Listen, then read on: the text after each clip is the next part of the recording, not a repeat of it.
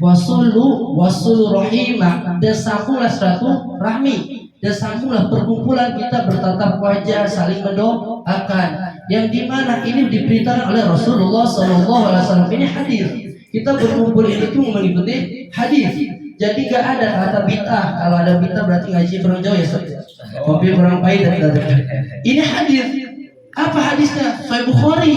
Siapa yang percaya Sahih Bukhari? Apabila dia nggak percaya hadis Sahih Bukhari, berarti dia ngajinya kurang jauh. Sahih Bukhari siapa yang bisa nandingin Sahih Bukhari? Ya kan? Itu. Nah, jadi ini kita berkumpul di sini mengikuti hadis. Kenapa? Untuk saling panjang umur dan untuk mendapatkan keberkahan dari Allah Subhanahu wa Ta'ala. Gitu ya. Nah, adapun riwayat yang dimana kita berkumpul seperti ini, kita baca di sini, ada baca ayat Quran nggak tadi? Saya tanya, ada nggak ayat Quran? Ada idafatan ayat Quran bukan? Ya? Dan yang lain-lain tadi kita baca. Di sini dikatakan qala mu'alif rahimakumullah wa nafa'ana bihi wa madana fi daraini rad'akum dan qala. Dikatakan di dalam hadis, aksiru minat tilawatil Quran. Perbanyaklah oleh kalian membaca Al-Quran. Ini kan penghafal Al-Quran ya. Anda baru nanya sama guru Anda. Antum semua penghafal Al-Quran yang mau di sini. Dikatakan aksiru min tilawatil Quran fi buyutikum. Perbanyaklah oleh kalian membaca Al-Quran di dalam rumah kalian. Sekarang saya tanya, ini di dalam rumah bukan? Di dalam rumah bukan ini? Berarti kita sudah mengikuti hadis. Kenapa disuruh baca Al-Quran? Disambungkan di dalam hadis yang dikatakan fa innal baita alladzi la yuqra'u fihi al-Qur'anu, maka sesungguhnya apabila ada seseorang yang di rumahnya tidak dibacakan Al-Quran, maka akan apa? Akan sedikit yaqilu khairu, akan sedikit keburukannya. Jadi apa? Apabila ada orang yang di mana rumahnya dibaca Al-Quran, maka dikatakan yaqilu khairu wa yasuru syarru, maka akan sedikit kebaikannya dan banyak keburukannya. Jadi apabila nih rumahnya kita baca Al-Quran, maka itu kebaikan akan naik, hawanya naik, auranya naik. Apa? Aura positif. Kita perhatiin guru kita mendapatkan keberkahan para habaib, para kiai ngumpul semua pada saat ya. Kenapa? Kita lihat pemiliknya siapa, tukang mabuk apa tukang zina apa ustad. Pemiliknya ustad ya kiai habaib demen ya saat ya. Coba tukang mabuk, kiai nggak doyan, kenapa hawa panas? Maka di sini kita membaca Al-Quran, membaca Maulid. Ini dalilnya. Jadi apabila ada rumah yang tidak dibacakan Al-Quran, maka ingat hawanya kan tidak enak. Lalu kita bertanya nih sama antum semua pada saat Al-Quran, kalian ngapal Quran nggak? Saya tanya, ngapal Quran atau tidak? Saat amal hafal Quran paling banyak udah berapa barang? Berapa? 5 juz, 3 juz, berapa? 10 juz. Dikatakan di dalam hadis apabila rumah dibacakan Al-Quran, maka akan banyak kebaikannya sehingga nyaman. Saya tanya, bagaimana orang menghafal Quran kejaran ngomel-ngomel mulu? Berarti Al-Quran gak nyampe ke dalam hatinya. Berarti apa Al-Quran baru nyampe lisan doang. Kalau sudah nyampe hatinya maka akan tenang. Rumah saja yang hakikatnya mati, dia gak bisa jalan-jalan, itu dibaca Al-Quran jadi adem, jadi tenang. Para orang-orang soleh ulama betah duduk di situ. Terus kita manusia mempunyai hati, udah gitu dipakai ngapal Quran, kalau masih suka ngomel, masih suka membenci orang, berarti baca Al-Qurannya, ngapal Quran baru nyampe selesai saja. Niatnya nyampe mana? Niatnya mau dipandang orang apa nyampe mana? Na'udzubillah min dzalik. Jadi itulah kenapa Ustaz belajar kita tasyakuran ini, karena mengharapkan dapat ridha dari Allah Subhanahu wa Ta'ala. Kenapa dibacakan ayat Al-Quran, dibacakan Maulid? Ada nggak doa yang ditolak apabila disandarkan kepada Nabi Muhammad? Nggak ada. Maka disitulah kita bisa kepada Nabi Muhammad wa bil khus ada cucunya keturunannya. Maka insya Allah doa kita semua dikabul. Amin ya robbal alamin. Amin ya robbal. Nah, Ustaz Fajar WA saya tadi, Ustaz kalau bisa membahas tentang ilmu. Saya gitu sama Ustaz Fajar. Awalnya saya udah diizinin bawa kitab, saya kata cuma saya pengen baru kan saya bilang Ustaz Fajar. Saya tanya sama kalian semua, santri Ustadz Fajar dan santri Ustadz Misbah, baik yang mondok atau di majelis, antum tujuan mondok atau ke majelis apa? Jawab yang jujur. Apa? Apa? Coba yang dari sini, kalian mondok tujuannya apa? Apa? Coba yang kompak, yang sebelah sini, kalian mondok tujuannya apa? Pendapat? Antum yang di sini yang kompak, 1, 2, 3, kalian mondok tujuannya apa? Hah? Dapat berkah apa nyari ilmu? Dua-duanya. Dengerin nih, dengerin baik-baik. Zaman sekarang ilmu itu mudah banget ya. Zaman sekarang ilmu itu kecil. Mohon maaf, bukan remehin ilmu. Sekarang apa yang nggak ada di HP? Di setan GP ini. Tanya Ustaz Ali, apa yang nggak ada? Apa tuh? Tanya Habib Ali. Di situ tentang kitab banyak ya Bib ya. Kalian mondok, kalian kuliah, kalian sekolah bukan untuk ilmu sebenarnya. Tapi kalian disuruh sekolah, disuruh mondok sama orang tua kalian untuk mendapatkan akhlak yang baik. Bukan untuk ilmu. Ilmu mah gampang, tapi akhlak yang susah. Kalian nggak hafal rukun sholat, cari di HP, ada nongol, betul nggak? Betul. Tapi akhlak kalian cari di Google nggak? Tanya Ustadz Fajar, seneng nggak kalau kalian datang duduk-duduk sini sekelas guru nggak suka sebenarnya digituin. Kenapa? Buat apa di depan duduk-duduk, di belakang laki Ustadz ya? Betul? Betul. Kalian di sini duduk-duduk, di belakang kalian mojok-mojokan Ustadz ya? Betul? Kalian depan Ustadz Muhammad, depan Ustadz lupa nama apa? Depan Ustadz Ridwan, kalian menghafal Quran. Kalian kemarin liburan diulang-ulang nggak Quran kalian? Saya tanya. Kalian menghafal Quran tujuannya bukan hatam, tapi tujuannya untuk menemani kalian di dunia maupun akhirat. Itu Quran itu bukannya hatam. Kalian ngejar hatam sakit hati. Kalian ngejar hatam sakit hati. Kenapa? Kan saya punya guru, beliau hafal 30 juz. Beliau punya sanad Quran 3 cabang. Beliau bilang pada anak, tahfiz Quran minimal itu dari 30 juz. Itu sekali tadarus sehari itu 10 juz.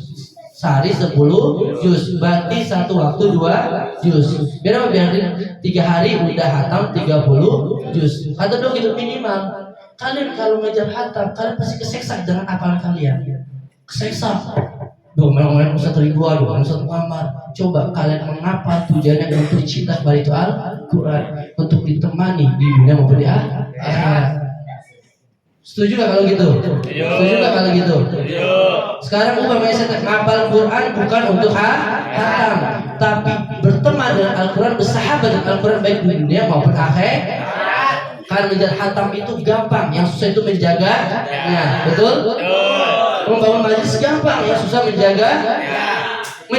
Membangun rumah gampang, yang susah menjaga. Membangun ikatan persaudaraan itu gampang, yang susah menjaga. Dua hati menjadi satu. Betul? Betul? Betul?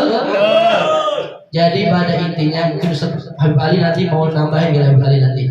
Jadi kita di sini itu atas perintah, atas rujukan Sayyidina Maulana Muhammad. Paham? Hadisnya kuat, ya hadisnya kuat. Apa Sahih Bukhari disuruh menyambung silaturahmi, disuruh baca Al-Quran di rumah. Hadisnya sahih, di dalam kita baca hadis. Ada yang nggak percaya, berarti itu gokil. Karena setiap santri pasti ngaji kitab ini.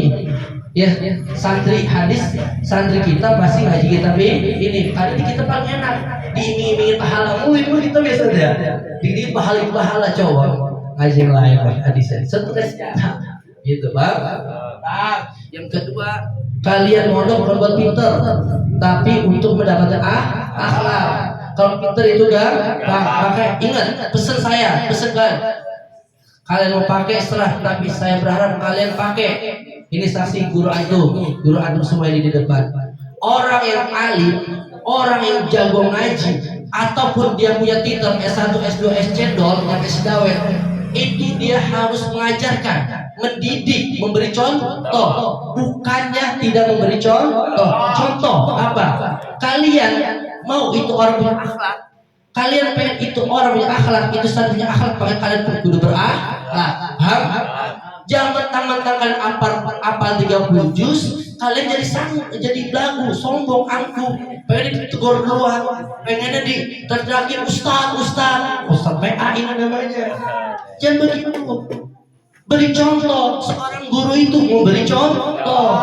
Nabi aja memberi contoh. Kalian baru hafal Quran, kalian baru proses hafal Al-Quran. Nabi hafal Quran enggak? Kalau ada yang enggak hafal Quran ini ditanyakan seperti Islamnya saja ya. Nabi hafal Quran. Nabi pikirnya jago enggak? Jawab yang jujur. Nabi pikirnya jago enggak? Tasawufnya jago enggak? Tarekatnya jago enggak? Marifatnya jago enggak? Karena semuanya itu Nabi punya ibu susuan enggak? Punya enggak? Siapa santri ibu susuan Nabi siapa? Hah? Siapa? Ibu susunya siapa? Sayyidah. Jangan Halimah wae, Halimah mana? Pakai itu nama. Oh, Halimah wae saja. Anak itu orang urut lagi gitu ya. Sayyidah. Itu ibunya Nabi, ibu susu. Ketika Nabi dahulu itu sehingga saya di Mekah. Ketika Nabi di Mekah itu datang ibu susuannya. Itu Nabi sudah dewasa gitu. Tahu enggak? Ini namanya apa?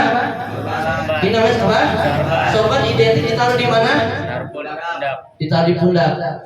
Suatu yang besar kepada Nabi mulia atau tidak? Mulia atau tidak? Ini Nabi didatang sama ibunya. Ini Nabi teriak, umiku datang, ibuku datang. Tuh, Nabi teriak, ibuku datang. Tahu nggak sorbannya Nabi yang begitu mulia, yang di mana di dalam riwayat dikatakan sapu tangannya Nabi aja malah keringat dibakar nggak bisa, apalagi sorbannya. Ini ditaruh gini nih, digelar, ibunya suruh duduk. Sorban yang mulia. Kita wali bukan ya, sejak ngaji ke sebentar beton. Sama guru begitu, sama orang tua gitu, kagak, yang ada pengen. Betul? Pantas apa kayak begitu? Pantas apa kayak gitu? Nabi ngajarin gitu? Nabi ngajarin gitu? Nabi Abu Bakar Siddiq itu Nabi mau dicium tangannya, tapi Nabi pun berusaha bagaimana tidak dicium. Kenapa? Karena Sayyidina Abu Bakar Siddiq apa? Mertua, ya kan? Tapi Sayyidina Abu Bakar Siddiq merasa kalau bahwa ini Rasulullah itu akhlak adab banget gitu. Jangan berpatokan dengan ilmu, mohon maaf. Jangan hafal Quran, jago hadis, jago fikih, akhlak nggak dipakai. Jangan. Paham? Jangan bangga punya ilmu, paham? Tapi bangga punya adab. Jangan bangga punya ilmu, tapi bangga punya adab, punya akhlak, punya budi pekerti. Saya tanya, sholat punya apa? Ngaji punya apa? Kalian sholat berarti dapatnya pahala. Kalian menjalankan sholat dapatkan dosa. Ada orang sholat rajin sholat, cuma tidak ngaji, dapat dosa atau tidak? Dapat dosa. Karena ngaji itu wajib. Paham? Oh, ada orang ngaji, sholatnya enggak sama aja. Sekarang saya pengen tahu niat sama ilmu pentingan mana? Niat sama ilmu pentingan mana? Satu salah. Niat sama ilmu Niat sama ilmu pentingan mana? Apa? Kata siapa? Kata hadis. Apa? Ayo, niat sama ilmu pentingan mana? Niat. Hah? Niat. Ustaz Ridwan. Benar Mas Hasan? Ayo, niat sama ilmu pentingan mana? Niat. Kata siapa? Ustaz Haris. Oh, saya belum jawab. Kata hadis. Dalam hadis inna malu, ya kan? Betul. Tapi apa? Kita bisa tahu baik dan buruk itu dari mana? Dari mana? Salah. Kalian bisa tahu baik dan buruk itu bukan dari niat, tapi dari apa? Apa? Ilmu. Maka yang penting ilmu, baru nih niat. Kenapa lihat syarat niat? Niat ada syaratnya, apa itu niat? Kaidahnya apa niat? Kalian nggak tahu kaidahnya niat, maka kalian bisa berniat tapi hazard nanti. Ayo, berarti pentingnya ilmu. Itulah saking pentingnya ngaji. Ayo ngapal Quran, niatnya saya tanya apa tadi salah jawabannya. Karena ilmu amalnya pentingnya mana? Salah lagi bahasa. Ini sih tidur enakan ya. Makan mulu, katanya makan mulu. Anak mondok tidur itu masih pakai bilik, nggak begini. Anak tidur nggak begini bilik. Wah, tidur itu mah pakai botol yang 3 ribuan. Biar apa? Biar bangun di malam, paham? Biar bisa berojaah. Kalian mah tidur di gedor-gedor ya Ustaz ya? Santri begitu masih ram. Ya, paham? Jadi pada intinya apa? Pada intinya kita berkumpul di sini gak ada kata bid'ah. Kalau dikata bid'ah berarti tidak ngaji, paham? Yang kedua, niat ngajinya dirapikan. Yang ketiga, ilmu amannya pentingan ilmu. Kenapa? Karena kita dan ilmu tahu mana itu nih. Ya. Yang terakhir, saya Al-Fakir minta maaf apabila ada salah kata, salah ucap. Kita saling maafkan, dan ingat apabila ada orang yang punya salah sama kalian maafkan, walaupun itu orang tidak minta maaf sama kalian, tapi kalian maafkan. Kenapa? Berharap dengan kita maafkan itu beliau, maafkan itu orang, Allah nanti maafkan kita dari segala dosanya. Karena nikmat paling besar masuk surga, nikmat paling besar melihat Nabi Muhammad, nikmat paling besar melihat zat Allah Subhanahu wa taala. Tapi itu semua nikmat bisa diraih dengan satu, apa? Dengan mendapatkan ampunan dari Allah Subhanahu wa taala. Paham itu? Paham? Ya cukup ya, mungkin Habib Ali atau yang lain